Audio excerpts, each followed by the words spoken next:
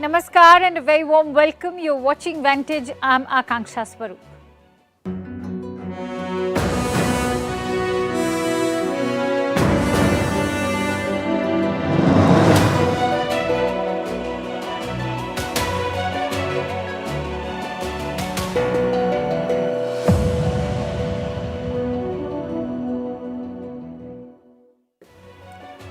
The Arctic is the next battleground for superpowers, rivals like the United States and Russia, and military alliances like the NATO. They're doing drills in the region, but why are leading nations racing to prepare for a conflict in the region? We'll get you the answers tonight. Also, a report by Washington Post is testing the unity of the West for Ukraine. It reveals the United States knew about the sabotage of the Nord Stream pipelines 3 months in advance. The role of Zelensky and his top military leadership is also under the lens. US Secretary of State Antony Blinken is in Saudi Arabia. America's influence in the region is under threat. The visit is an attempt to undo some of the damage. Also, we'll tell you why Australia is doing away with the bank checks. You're watching Vantage. I'm Akanksha Swaroop, filling in for Palki Sharma. First, the headlines. China's trade with Russia in May soars to the highest level since the start of the Ukraine war.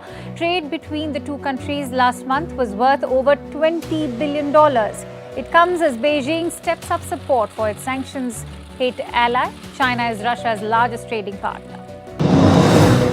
NATO to begin its largest ever Air Force deployment exercise in Europe next week. The 10-day exercise will include over 200 military aircraft from 25 NATO and partner countries. US says while the exercise is defensive in nature, it is intended to send a message to Russia. Israel slams US Vice President Kamala Harris. Harris had hinted that the Netanyahu government's legal reforms could curb the judiciary's independence. Israeli Foreign Minister Eli Cohen hits back at Biden's deputy, says she's ignorant of their reform plans. Air India sends relief jet to rescue passengers stranded in Russia. Tuesday's New Delhi to San Francisco flight was diverted to Russia's Far East after the plane developed engine trouble. There were over 200 passengers and 16 crew on board the US-bound flight.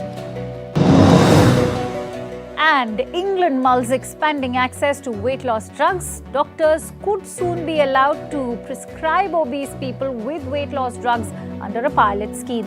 A 2019 survey said there were over 12 million adults living with obesity in England, accounting for 28% of the population.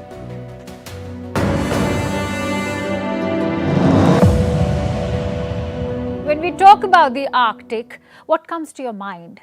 The icy waters, snow-capped mountains, and a region covered in a blanket of ice. That's the mental image most of us have. But all this is set to change. The Arctic could lose all its ice. It is melting fast, and it is too late to reverse this.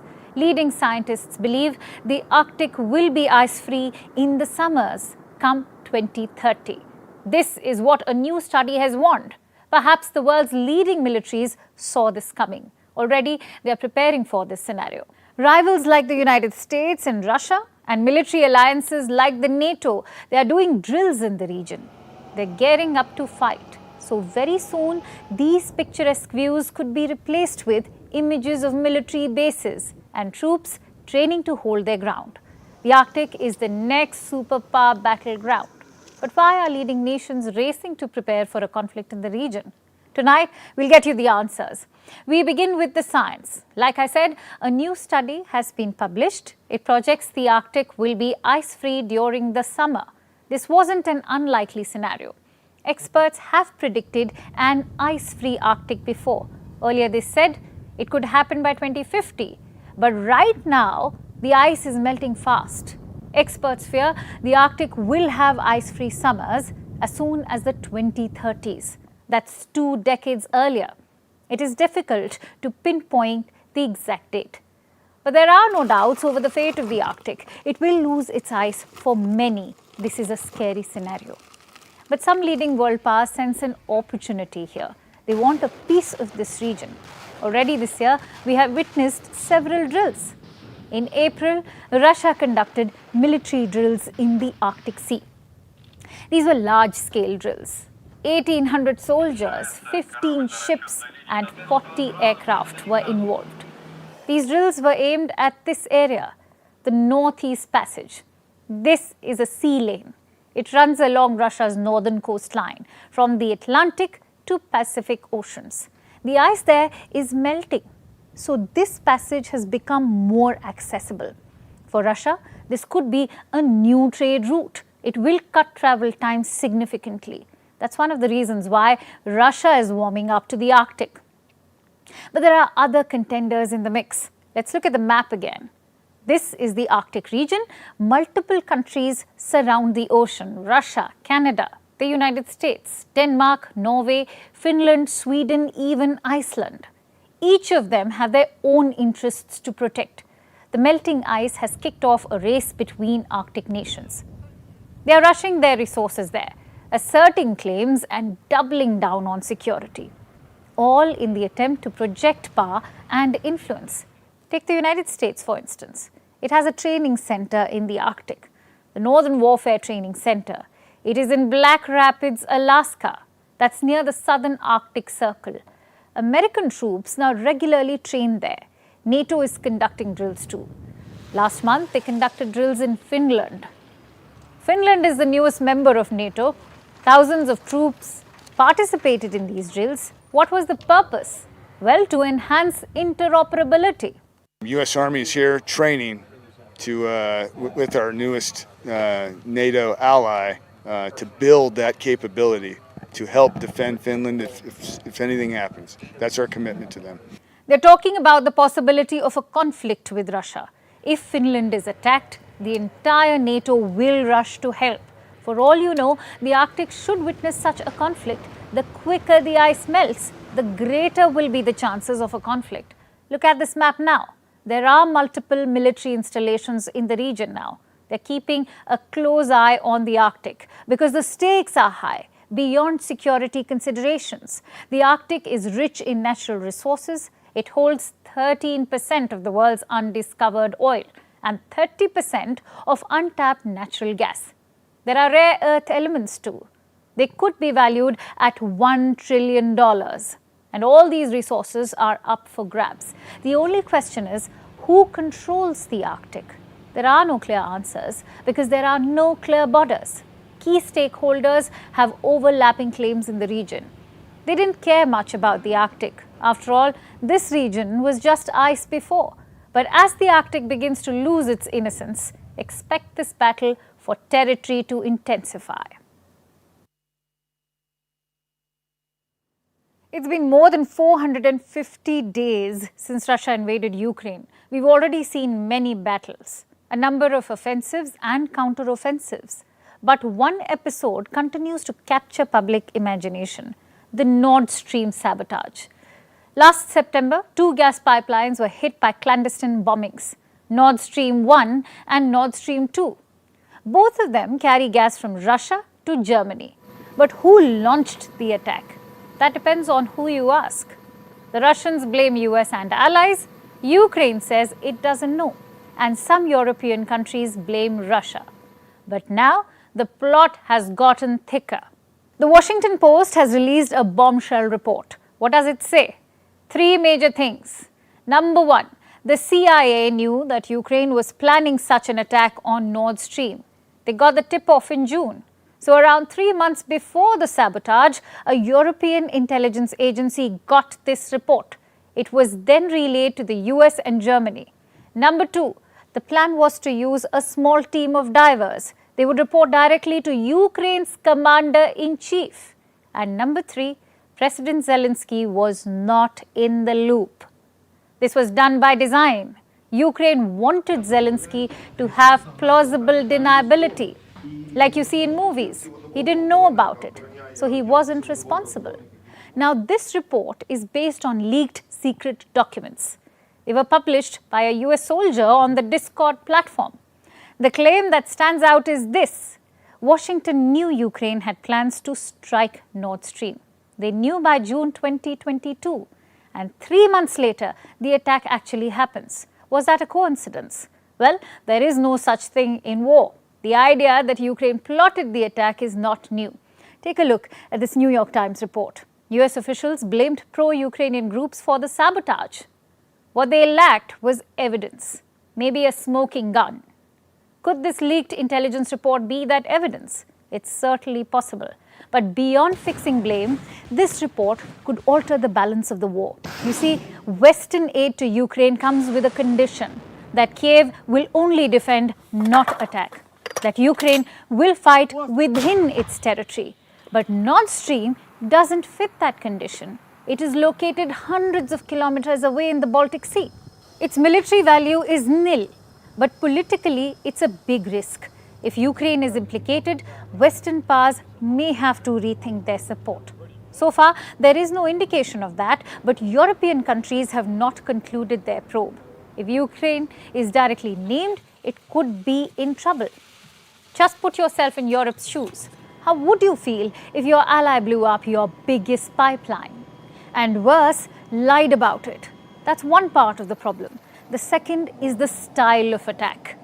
Ukraine seems to be relying on shadow warfare. We have seen sabotage incidents across Russia. We have seen drones over Moscow.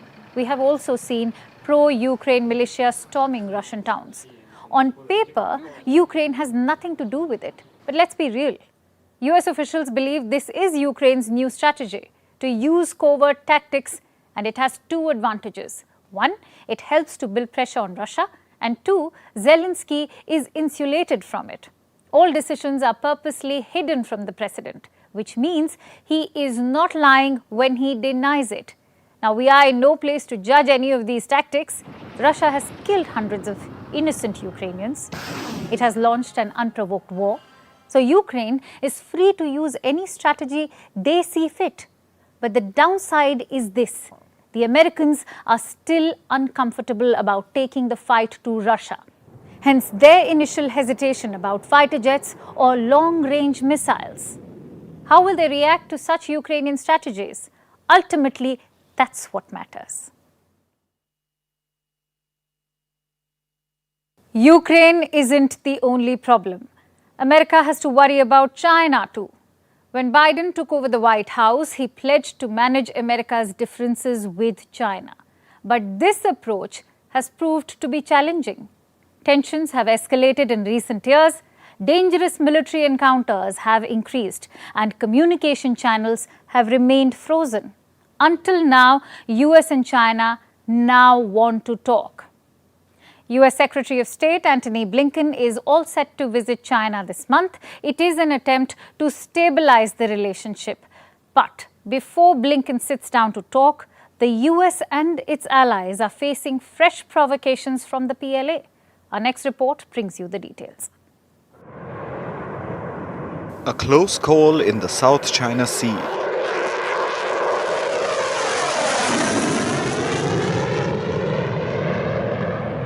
And a near miss in the Taiwan Strait.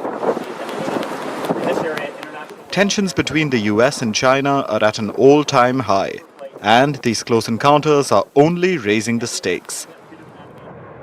Today, there was yet another provocation from the PLA. This time, the target was South Korea. Chinese and Russian aircraft made aggressive moves. They entered South Korea's Air Defense Identification Zone, or ADIZ. This is like a border in the skies. When you enter this area, you need to identify yourself. Otherwise, any plane can be considered as hostile. But Chinese and Russian jets went in unannounced. Beijing said they were on a joint patrol. But for Seoul, the move was a provocation. In response, they scrambled their own jets.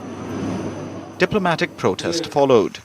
The South Koreans say such flights can cause tensions in the region. They are not the only ones who are complaining. Earlier this week, Japan was targeted too.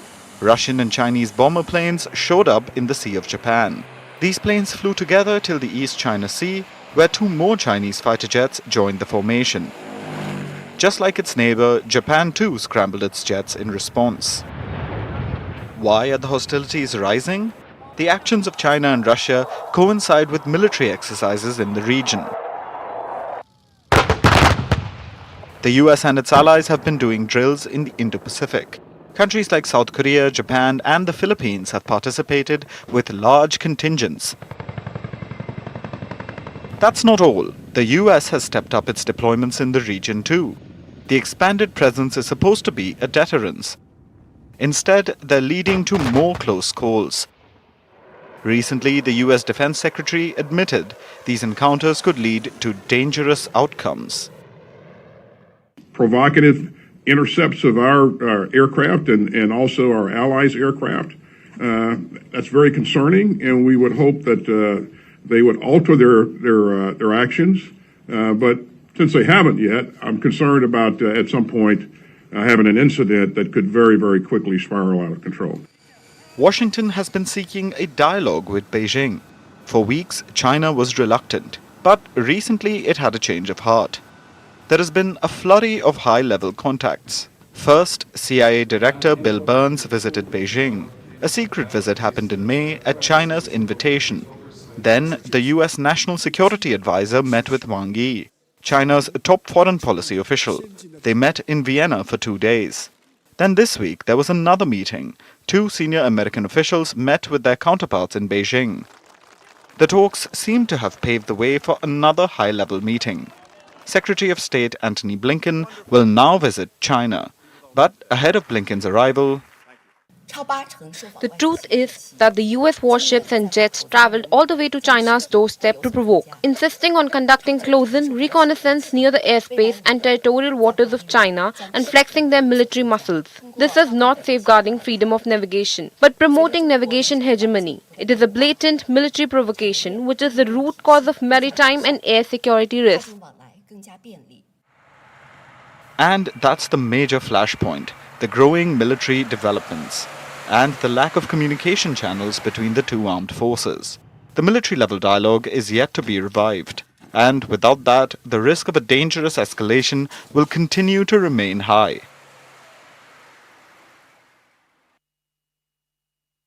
Speaking of the US Secretary of State, Antony Blinken, he's in Saudi Arabia on a 3-day visit, one that promises to be a challenge for him. On Tuesday, Blinken met Crown Prince Mohammed bin Salman. The talks covered a range of issues like security, economy, terrorism and the war in Yemen. But one line from the US statement stands out. Let me read that out. The Secretary also emphasized that our bilateral relationship is strengthened by progress on human rights. That's important to note. Joe Biden campaigned by promising a tough line on Riyadh. He vowed to make Saudi Arabia a pariah state. But 3 years later, he's backtracking. There are 3 reasons why. 1, he needs Saudi support to control oil prices. This weekend, the kingdom slashed supply by 1 million barrels. It's not good news for American inflation. 2, he needs to contain Chinese influence. Saudi Arabia has been cozying up to China. They even let Beijing broker a normalization deal with Iran. So what does Biden do? He tries to mend fences with Riyadh. And number 3, he needs Saudi Arabia to recognize Israel. Symbolically, it would mean a coup for Biden. But politically too, it's important. An axis between Israel and Arab states will be a bulwark against Iran. It would extend American influence. The only question is, will MBS play along? The truth is, he's spoilt for choice. He's got China in his corner. He's got Russia working with him in OPEC+. And now the US is courting him. So what does he do? Right now, it looks like he's not picking any side. Just think back to the last century. West Asia was a pawn in great power rivalries. And what did they get in return? War and instability. So now there seems to be a realization, an understanding that regional issues must be solved regionally. There's no point betting on big powers. Look at all the recent events. Iran has reopened its embassy in Saudi Arabia. It was closed 7 years ago in 2016. Since then, Riyadh and Tehran were locked in a Cold War. They backed opposing sides in the conflict between Yemen and Syria. But now they're mending fences. Their foreign ministers met in Cape Town last Friday. Iran said good progress was made in bilateral ties. Another development was reported on Saturday. Iran announced the creation of a new naval alliance. Guess who's on board? Saudi Arabia and the UAE. It would have been unthinkable a few years ago. The alliance also includes Bahrain, Qatar, Iraq, Pakistan, and India.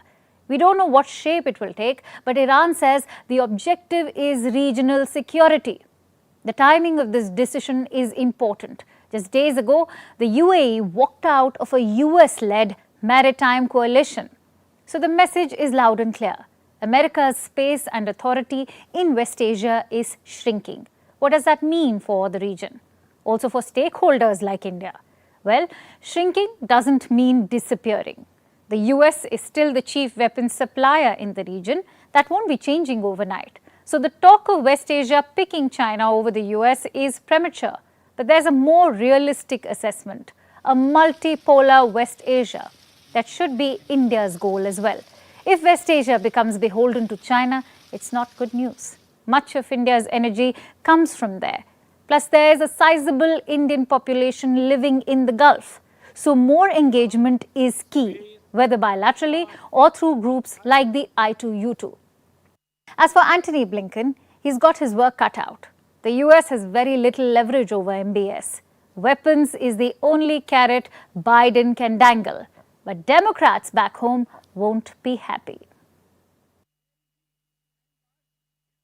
Staying with West Asia, let's look at something else making news in Iran. Tehran says it has developed a hypersonic missile. The missile, named Fattah, was unveiled yesterday. The unveiling ceremony was attended by Iranian President Ibrahim Raisi. Also present were senior commanders of Iran's Islamic Revolutionary Guard. Why the grand event? Because a hypersonic missile marks a new milestone in Iran's missile program. A missile is considered hypersonic when it can travel at least 5 times the speed of sound. That makes it a problem for most missile defense systems. The new Fattah missile can allegedly travel at 15 times the speed of sound. If it isn't an exaggeration, that would be quite a feat. Iran says the Fattah hypersonic missile is a crucial deterrent. Here's our report. Iran, the Shiite hegemon in West Asia, Saudi Arabia's rival for dominance, Israel's existential threat, and America's perpetual headache in what it calls the Middle East. Tehran has caused a stir yet again. It has unveiled a powerful new weapon. This is the Fattah hypersonic missile. It was introduced with great fanfare on Tuesday. Top Iranian officials were invited to the show, from President Ibrahim Raisi to the commanders of Iran's Islamic Revolutionary Guard Corps. And the center stage was reserved for the Iranian military's latest toy, the Fattah hypersonic missile. Iran says it's a game changer.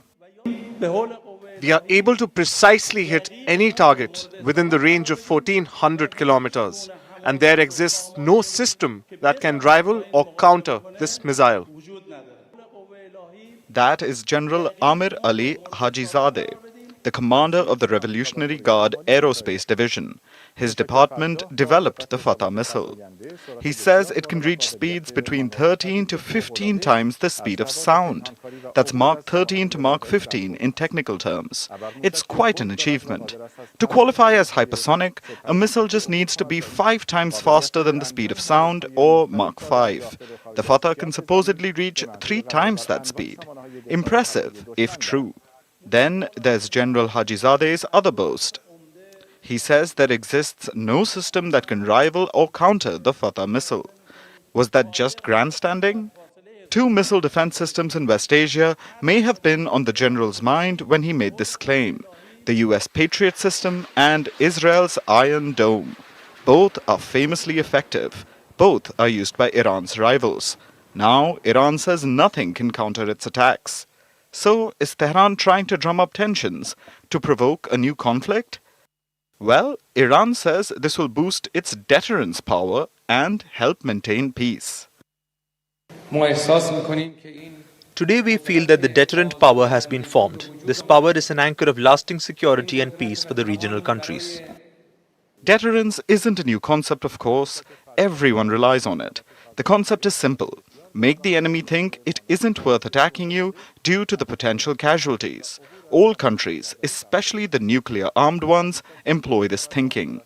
But while the new missile may dissuade a military attack, Iran's enemies have already responded with hostile moves of a different kind. More sanctions. As soon as Iran went public with the Fattah missile yesterday, the US went to work. Yesterday itself, Washington imposed over a dozen new sanctions. They targeted people and entities in Iran, China and Hong Kong. Why China and Hong Kong? The US believes that firms in China and Hong Kong are helping Iran's military ambitions. One of the people sanctioned is Iran's defense attaché in Beijing, Dawood Damghani. The US says he helped procure parts and technology for key actors in Iran's ballistic missile development. And it doesn't seem far-fetched. China has been developing hypersonic missiles for a while now. Beijing's hypersonic program is ahead of Washington's. It's very possible that it helped out a fellow US rival. Now, the question is, what next? Will this new Iranian weapon spur the US into ramping up its own hypersonic program? Will Israel enter the hypersonic arms race? What about Saudi Arabia and the Gulf states? The only thing that's certain is that tensions in West Asia aren't dying down anytime soon. Let's talk about Memphis. This is a city in the US, and these days one of its busiest places is not a cafe or a monument. It is an impound lot where tow truck drivers wait for hours on end as they make one drop-off after another. And victims too have to wait, but for days or even weeks, to get their stolen cars back. In this impound lot, thousands of cars have been squeezed in a tight space and most of them are stolen. All thanks to the grand auto theft. No, not the video game. A real-life auto theft, which ironically has been inspired by something virtual. TikTok videos. Yes, TikTok, the social media app, has given birth to an explosion of auto thefts. And they're taking over US cities like New York, Baltimore, Cleveland, Milwaukee, San Diego and Seattle. And the target of these thefts are mainly two manufacturers, two South Korean automakers who have proven to be especially vulnerable to this theft. And I'm talking about Kia and Hyundai. Let's look at some numbers. About 11,000 cars were stolen in Memphis last year. That's twice as many as in 2021. And roughly a third of them were late model Kias and Hyundais. New York reported 977 thefts in the first 4 months this year. That's up from 148 in the same period in 2022. And the number of stolen Hyundais and Kias have doubled since last year. Hyundai and Kia thefts increased by 767% in Chicago last year, and 61% of vehicles stolen in St. Louis in the last year are Kias and Hyundais. You got the drift, and so do these cities. So now they have sued these two car makers. They've had enough, and they're taking the car makers to court over negligence and selling vehicles that are too easy to steal. These cities have faulted the automakers' failure. What are we talking about? Between 2011 and 2022, Kia and Hyundai have promised to do something they did not. They were supposed to install anti-theft devices called immobilizers in their cars. As many as 8.3 million US vehicles need these immobilizers. But they weren't updated. And the result? Auto theft within seconds. Crime sprees, public harm, even reckless driving. People don't need any sophisticated tech to steal cars. All that's required is a TikTok app and a quick search on how to steal a car. In a matter of seconds, tens of thousands of videos line up. They even have their own hashtag, and they provide tips on vehicle theft. They tell you it doesn't take much. All you need is a screwdriver, a USB cord, and a hot wiring know-how. Simple, right? Apparently so. And let me be clear, in no way am I encouraging you to steal a car or sharing hot tips with you. I'm telling you just what the world has come to and how appalling this is. Because do you know who these videos target? Who end up as culprits of auto theft? Teenagers or young adults. Taking the example of Memphis again. More than half of the 175 people arrested this year were teenagers. And this is just one example of many. But why are teens stealing these cars? Experts say mainly for kicks and viral views, but also for other crimes like robberies and car crashes. So the damage is not just cars. Several teens have died or been seriously hurt because of this, let alone the harm this brings to the victims, yet brimming with auto theft knowledge coupled with newfound TikTok-inspired confidence. These teens are going after Kia and Hyundai cars, which have become quite the sweet spot due to their failures, but also because of their popularity. The two Korean car brands accounted for about a tenth of US auto sales last year. Except now, they seem to be even more popular for wrong reasons. And now they are clearly under fire. But this isn't new. Last month, the automakers reached a $200 million settlement in a consumer class action. That covered about 9 million vehicle owners in the US. But even so, the biggest battle these car makers face is not against these lawsuits, but a simple TikTok trend that has gone viral and found a fan in the teenage American spirit. And now it is ripping them off one viral video at a time. The question is, when will this real-life game of Grand Theft Auto end?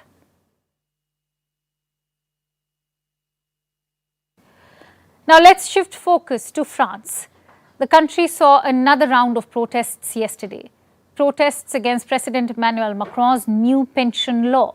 This was the 14th mass protest against the law.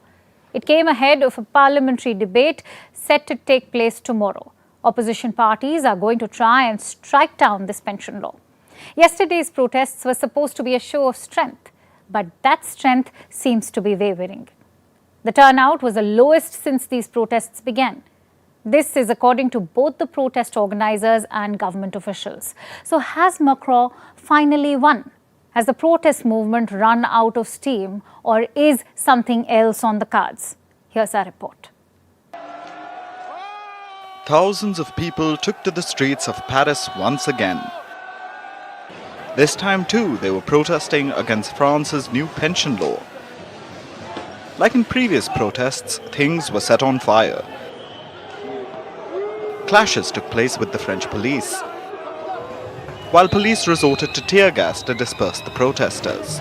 Some remained defiant. We must not give up. We must demonstrate, because if we give up, at the moment the government does everything and anything. They're going to pass laws and then they'll say, yes, there's nothing more to be done.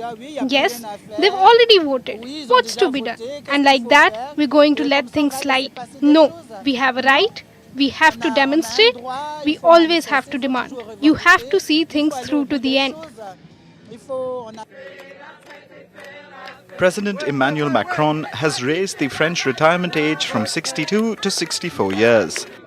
He said it was necessary that the French treasury could not support the growing pension costs. But the people weren't on board. Because of his new law, Macron has been under pressure for months. People have accused him of ramming the law through without following due process, which is true. He used an emergency measure to pass the law when he saw Parliament would not agree. This was in April. The autocratic move had enraged the French public. The reform has passed, but it still hasn't been accepted by the people. It never has, nor by the parliament. There was a vote aiming to block it, but it didn't succeed. But it's different from a vote to make it pass. The reform passed without our democracy, so it's important to make the government understand that we never wanted this reform, and that it's time that the people speak, because it shows that the government doesn't care more and more about people's will. And so it's important that we take the power back on that level. Over 782,000 people had demonstrated against Macron's diktat on the 1st of May. Those are the government's official figures. Protest organizers had claimed that the real number was 3 times as much. But yesterday's protests seemed subdued in comparison. The government says only 281,000 people came out to protest. Even the protest organizers say the turnout was low. So, does this mean that the protests are winding down? Well, there are some people who are steadfast. I'm here for the 14th time. I've taken days off work. I've lost a lot of money, but I'm here and I'll always be here. Some others blame external factors for the low turnout, like the summer. They say the protests will pick up again once the weather improves. We know very well that they're going to do the same thing to us. It's summer, so there'll be far fewer mobilizations. We're getting ready to organize ourselves for the autumn. Some seem more pessimistic, especially about tomorrow's parliamentary motion. The reform has passed, but it still hasn't been accepted by the people. It never has, nor by the parliament. There was a vote aiming to block it, but it didn't succeed. But it's different from a vote to make it pass. The reform passed without our democracy, so it's important to make the government understand that we never wanted this reform, and that it's time that the people speak, because it shows that the government doesn't care more and more about people's will. And so it's important that we take the power back on that level. The opposition has sponsored a motion to cancel the minimum pension age increase. They will try and repeal Macron's pension law. But it's unlikely that they'll succeed. Why? Because of a catch. Lawmakers cannot pass legislation that weighs on public finances without measures to offset those costs. So the repeal attempt might get thrown out. But the motion and the protests on the street will succeed in one thing: reminding Macron that the road ahead will continue to be rough. Is the biggest headline in global sports, except it's more political than sports. A major golf merger has been announced. 3 parties are involved: PGA Tour, which looks after golf in North America, DP Tour, which handles the European leg, and Live Golf, which is a breakaway league funded by Saudi Arabia. It's hard to explain how big this is, so to make it easier, let's understand the basics. PGA Tour was the top dog in golf. They organized most of the big events. They also had contracts with all major golfers. But one important side note: PGA is not a commercial entity. It is a non-profit organization. Last year, a new entity entered this world: Live Golf. It is funded by the PIF, or the Public Investment Fund. The PIF is Saudi Arabia's sovereign fund, so deep pockets. In 2022, they offered lucrative contracts to PGA golfers. We're talking millions of dollars. A lot of them left PGA and began playing for Live Golf, like Dustin Johnson, Cameron Smith, and Phil Mickelson. But as always, the empire struck back. PGA sued players who violated their contract. Some big names also came out in support. None bigger than these two: Tiger Woods and Rory McIlroy.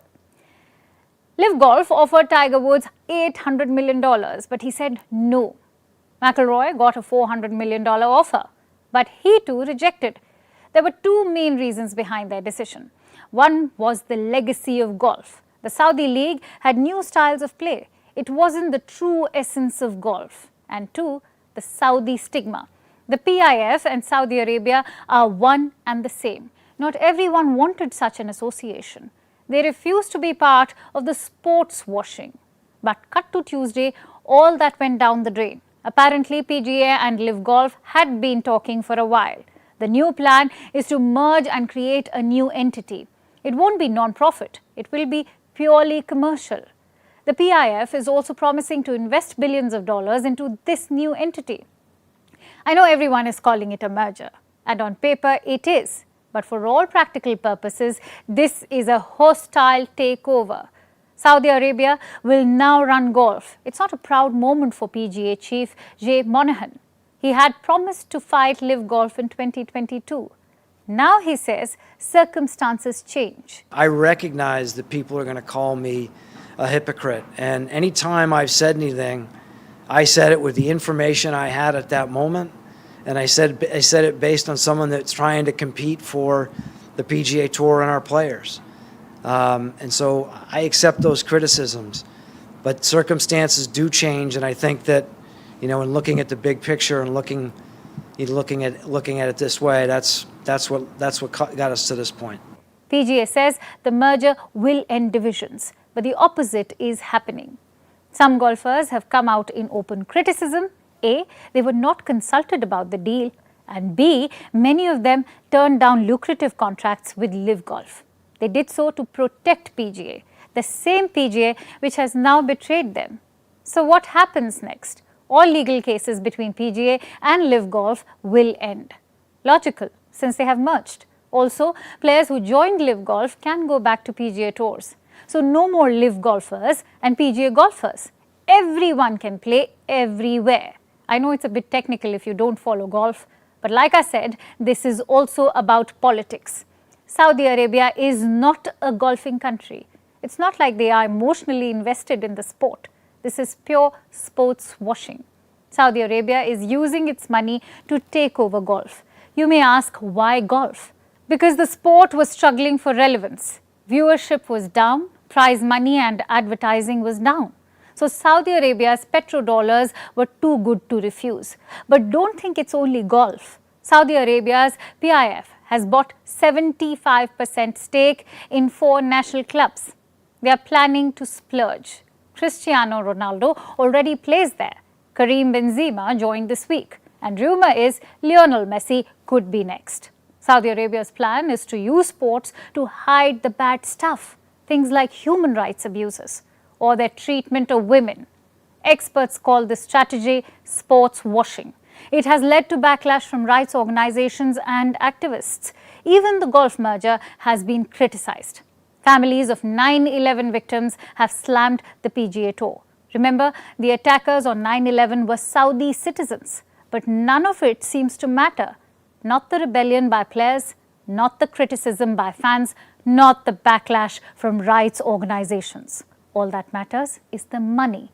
I guess PGA chief Jay Monahan had refused even a meeting with Live Golf. But now he's effectively sold out to Riyadh. Don't ignore this story because it's boring old golf, because it could be your favorite sport next. When was the last time you used a check? It's probably been a while, right? Because using check has become a rare occurrence. They are old-fashioned, costly and time-consuming. With banking at our fingertips, who wants to visit an actual bank to deposit a check anymore? As ancient and taxing as this sounds, there was a time when checks were the hot new payment tech. This was in the years after World War II, when newly affluent households across the world adopted checks. But now, these pieces of paper are a remnant of labor-intensive banking era, which is why many countries want the check to check out of their banking system. And Australia is one of them. It has signed the check's death warrant, and the land down under wants to end its use by 2030. But this is not too surprising.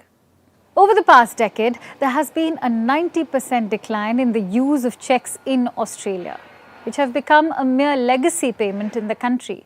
Only a small number of them are being used. The government says 98% of personal checks and 100% of those in commercial settings can be serviced through internet banking. So what's the plan? A winding down process is expected, and the government plans to begin it soon. The banking system will now have to reduce its dependence on checks and move on to use other payment methods. They have a deadline for this. They need to transition by 2028, and by 2030, the use of checks will be completely discontinued. The government wants this transition to be gradual and coordinated. Question is, why now? If checks have been on a continuous decline, why is Australia suddenly thinking about them? Because big changes are underway, and the country is actively bracing for the digital era. So it is introducing a range of payment reforms, and discontinuation of checks is just one of them. It is setting out a roadmap because it wants to modernize their payment infrastructure. And Australia isn't the only one doing so. Many countries have reduced using checks.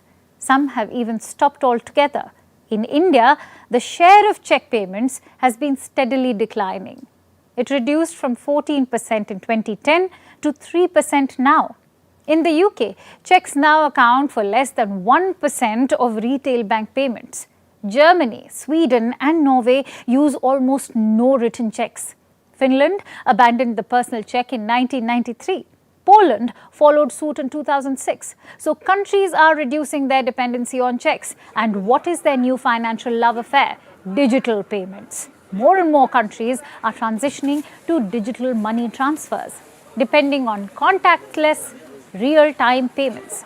2/3 of adults worldwide now make or receive a digital payment, whose share in developing economies grew from 35% in 2014 to 57% in 2021.